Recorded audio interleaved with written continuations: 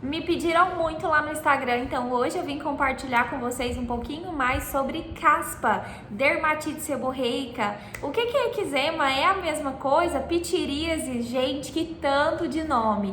Hoje eu tenho muita coisa para te falar, então vem comigo nesse vídeo. Historicamente, a estética capilar sempre foi muito valorizada. Era sinônimo de poder, sinônimo de confiança, de força. E hoje em dia, isso também é um símbolo, né? Se a gente tá bem com o nosso cabelo, a gente tá bem com a vida, né? Principalmente as mulheres, mas os homens têm se surpreendido muito, têm nos surpreendido muito. Nós, como esteticistas, estamos vendo cada vez mais o aumento da procura de tratamentos capilares. E uma das coisas que mais incomodam é a caspa. A maioria das doenças relacionadas ao couro cabeludo, elas não interferem na saúde do indivíduo, mas interferem muito na qualidade de vida, porque a gente se importa muito com isso. A caspa principalmente, porque a gente fica com aquele processo de descamação constante e vez ou outra as pessoas começam a observar. Então isso nos incomoda muito. Quando é que esse grau de caspa se torna dermatite seborreica? Quais são as causas? Quais são as principais características do eczema? Então eu vou falar isso tudo para você, mas antes já se inscreva no nosso canal porque tem muito conteúdo bom vindo por aí. E não se esqueça que quando a gente chegar a 3.000 inscritos vai ter um sorteio para vocês. Você já vai estar concorrendo a partir do momento que clicar aqui no botãozinho do inscrever. Isso mesmo, você tem a chance de ganhar um kit de remodelação corporal completo, um kit de madeiroterapia e um treinamento comigo. Eu vou te ensinar a utilizar todos esses produtos que você tem a chance de ganhar. E outra coisa, já segue a gente lá no Instagram também, poxa, lá eu esclareço suas dúvidas diariamente, trago muito conteúdo, isso tudo porque eu quero elevar nosso nível profissional. Me ajuda nessa missão? Vamos elevar o nível profissional da nossa profissão. Bora lá! O nosso corpo secreta substâncias, água, gordura, lipídio, né? O sebo. E por que a gente faz essa secreção? A gente tem glândulas. Entre elas, nós temos as glândulas sudoríparas, que é a glândula que secreta o suor. E por que ela é importante? Ela está super ligada também à glândula que secreta a oleosidade, que é foco do nosso tema de hoje. Mas falando então sobre a glândula sudorípara, por que ela está ligada então à glândula sebácea? Nós temos dois tipos de glândulas sudoríparas. Eu tenho as glândulas écrinas, que são as glândulas em formato tubular, que vai desembocar lá na camada superficial da derme. Então, ela faz parte da composição dos orifícios da nossa pele. Mas eu tenho também a glândula sudorípara apócrina. Essa glândula, ela vai desembocar juntamente com a glândula sebácea, ali no folículo piloso. E tem algumas regiões características onde a gente encontra essa glândula apócrina. Ela está localizada principalmente em regiões de axila, regiões genitais, porque são regiões onde a gente tem um acúmulo ali de bactérias, a gente tem aquele odor característico justamente por essa composição. Eu tenho glândula sebácea e sudorípara trabalhando ao mesmo tempo. Então eu tenho suor e sebo. Agora falando um pouquinho mais então da glândula sebácea. O que é esse sebo? Essa glândula é constituída por tecidos epiteliais chamados de sebócitos, que são os responsáveis por produzir o sebo. É uma forma de proteção natural da minha pele. Então é a minha proteção do pelo e da pele ao mesmo tempo. Ele vai formar ali uma película, vai trabalhar na coesão das células. A gente vai ter um atuante contra agentes infecciosos. Então, o sebo, ele é muito importante para a regulação do nosso manto hidrolipídico.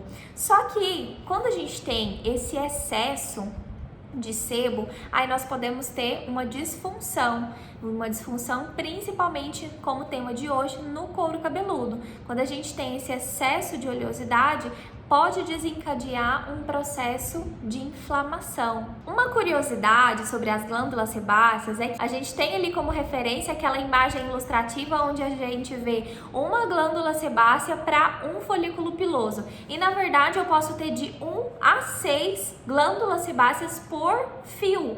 Então é uma quantidade superior ao que a gente aprende, ao que a gente tem o costume de observar. Em algumas regiões, esse tamanho da glândula é inversamente proporcional ao pelo. Então, se eu tenho aqui no couro cabeludo fios mais longos, eu tenho uma glândula sebácea menor. Entretanto, eu posso ter mais quantidade. Isso vai variar de uma pessoa para outra. Então, tem pessoas com couro cabeludo mais oleoso e tem pessoas que têm com menos oleosidade. Agora, presta atenção no que eu vou te falar. A gente produz de 1 a 2 gramas de sebo por dia, a cada 24 horas. Tem base um negócio desse? Olha só, o tanto de oleosidade. Parece pouco, mas se a gente for quantificar realmente, olha o quanto de sebo a gente produz no dia. É muito, não é? E quando é que isso vai ser intensificado? No inverno, por exemplo, a gente vai ter órgãos sensoriais que vão atuar na ereção do pelo. Então a gente tem um músculo eretor do pelo e quando ele ocorre essa ereção, eu tenho um estímulo para expulsão dessa secreção, desse sebo. Então eu intensifico a produção de sebo. Isso acontece quando eu sinto frio, acontece em mudança de clima, porque comprime a glândula sebácea, ocasionando essa excreção. Mas o que é essa caspa então? Por que ocorre essas casquinhas, né? Como que vem a surgir? A caspa, ela é realmente essa descamação constante do couro cabeludo, essa descamação esbranquiçada. A gente também chama isso de pitiríase. Então, a pitiríase é a caspa. Não adianta utilizar shampoo anti-caspa, né, os produtos que vêm para o fio do cabelo, sendo que o problema está no couro cabeludo. Então eu tenho que identificar a causa. É por isso que eu vou falar para vocês alguns fatores que vão influenciar. Por exemplo, mudanças bruscas de temperatura vão intensificar a caspa, o estresse, fatores hormonais, excesso de química, utilização inadequada de produto, quando a gente deixa produto químico em excesso, processos alérgicos também. E quando ocorre uma intensificação desse processo inflamatório, porque a caspa realmente pode gerar um processo inflamatório, a gente tem aquela sensação de coceira insuportável. Então, quando isso é intensificado, aí evolui para o que chamamos de dermatite seborreica. É uma dermatite mesmo, é uma dermopatologia e que a gente tem que observar para não evoluir ainda mais. Essa dermatite seborreica, ela tem níveis de gravidade que vão se intensificando. Nós também chamamos a dermatite seborreica de eczema. Então, sim, dermatite seborreica é igual a eczema. Mas por que ocorre, então, o surgimento dessa descamação, né? Essa descamação esbranquiçada? Principalmente porque tem um desequilíbrio da nossa microbiota normal do couro cabeludo. Então, aqui eu tenho presença de fungos e tenho presença de bactérias. Tem um fungo que é chamado de Pityrosporum ovalis. Ele tá sempre aqui, tem uma população que habita em harmonia com as bactérias do couro cabeludo, ou seja, as bactérias do bem, que estão me favorecendo, elas trabalham ao meu favor. Quando ocorre algum desequilíbrio, principalmente por hábitos, né, o que a gente conversou, que pode ser de fatores hormonais, pode ser de estresse, pode ser estimulado por alguma reação à química. Aí o que acontece? Esse fungo, Pityrosporum ovalis, ele vai se proliferar e vai atuar em maior quantidade do que as bactérias do bem. Então aí eu vou ter um desequilíbrio, as bactérias do bem não vão conseguir atuar contra esses fungos e eu vou gerar esse processo inflamatório, essa descamação, essa coceira, né? A coceira que a gente chama de prurido. Esse grau de dermatite seborreica em níveis mais avançados pode gerar até mesmo as crostas, inclusive se eu não tenho aquele autocontrole de conseguir aguentar e coçar esses pruridos, essas coceiras. Daí vale lembrar que não pode confundir a dermatite seborreica com a psoríase, que também é um processo inflamatório. A gente tem a descamação constante, tem as lesões avermelhadas no couro cabeludo e muita gente confunde.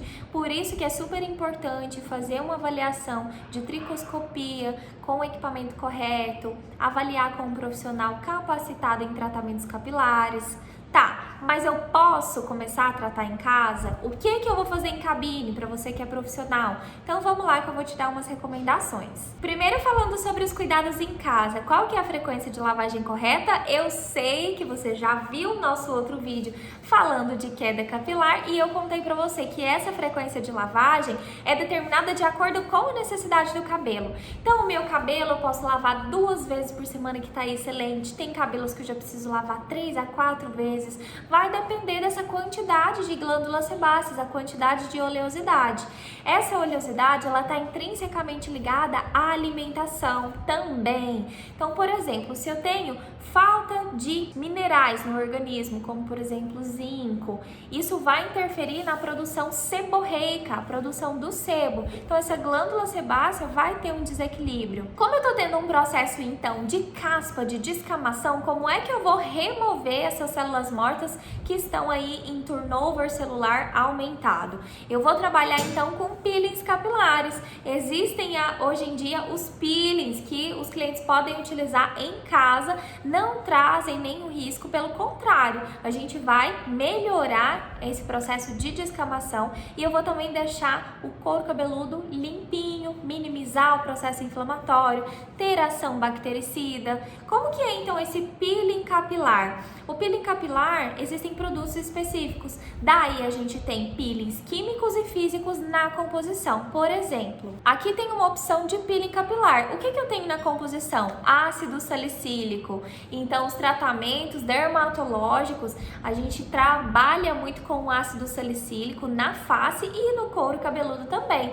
O ácido salicílico tem função anti-inflamatória, bactericida e seborreguladora. Então, eu vou equilibrar essa produção de sebo que está anormal. E eu também tenho as esferinhas de capibiome aqui que vão promover essa esfoliação física ao mesmo tempo que a química. Então eu vou fazer os movimentos circulares e vai fazer essa esfoliação. O meu cabelo é seco. Eu utilizei para experimentar esse peeling e ele não deixa o cabelo ressecado, pelo contrário, dá uma refrescância imensa. E olha que eu não tenho descamação, não tenho caspa. Tá, agora vem o fator super importante que contém no peeling capilar também. Aqui eu tenho probióticos. O que é probiótico? Vamos relembrar. Probiótico, lembra lá do iogurte. A gente tem uma população de bactérias que trabalham ao nosso favor, então é a nossa microbiota. Eu estou fortalecendo quando eu trabalho com probiótico. E os probióticos, eles precisam de prebióticos. Os prebióticos são os alimentos dessas bactérias do bem. E aí vai fazer a manutenção da vida e ajudar a elas atuarem ao nosso favor. Então, aqui no peeling capilar, nós temos também os prebióticos que servirão de alimento para essas bactérias que já tem aqui na população do nosso couro cabeludo e elas vão atuar contra quem? Contra os fungos que estão aqui em maior quantidade. Vão fortalecer. O ácido salicílico também é utilizado no caso de psoríase por conta do processo inflamatório. Agora, em cabine, o que eu posso fazer para ajudar quem tem a dermatite seborreica? A gente tem tratamentos que realmente melhoram e muito essa disfunção. Por exemplo, a alta frequência, já falei para vocês em vários vídeos que eu utilizo muito nos tratamentos capilares, porque aqui a gente tem o ozônio, então tem a ação bactericida, tem a ação calmante anti-inflamatória, então eu vou potencializar essa ação anti-inflamatória que eu já vou fazer com o peeling capilar. Pode ser utilizada para preparação do couro cabeludo para posterior tratamento, ou então pode ser utilizada até 3 vezes por semana como realmente um tratamento para melhorar o agravamento dessa dermatite seborreica. Nós também utilizamos muito, e vocês já me ouviram falar também, vocês sabem que eu sou apaixonada pelo LED. Então aqui na dermatite eu vou utilizar principalmente o LED vermelho, onde eu vou ter uma ação anti-inflamatória. Beleza, Mel, mas e quais são os parâmetros? O LED vermelho você vai utilizar entre 6 a 8 joules, dependendo do fototipo. Se tem fototipo 1 e 2, eu vou utilizar 6 joules. Fototipo 3 e 4, 7 joules. Fototipo 5 e 6, 8 joules. Isso porque a gente quer uma ação anti-inflamatória, tá? Se fosse, por exemplo, para estímulo capilar, para alopécia, que eu já mencionei no outro vídeo aí, para queda capilar, se não viu, já vou deixar aqui o link para vocês irem lá conferir, mas aí eu utilizaria então joules diferentes. Cada disfunção é um parâmetro diferente. Se você tá com um grau avançado de caspa e não sabe mais o que fazer, já usou todos os shampoos, não faça mais nada. Evite coçar, vai procurar a ajuda de um profissional para fazer uma avaliação para ver se realmente é dermatite seborreica, tá? Então fica aí a dica. Se você gostou, por favor, já dá aquele like aqui no vídeo. Se não se inscreveu, o que você tá esperando, gente? Eu tô aqui para ajudar vocês e espero que vocês ajudem a gente a espalhar informação para o máximo de profissionais possíveis. Espero muito que vocês tenham gostado do conteúdo de hoje. Deixem aí nos comentários todas as dúvidas que eu faço questão de responder. Beijão!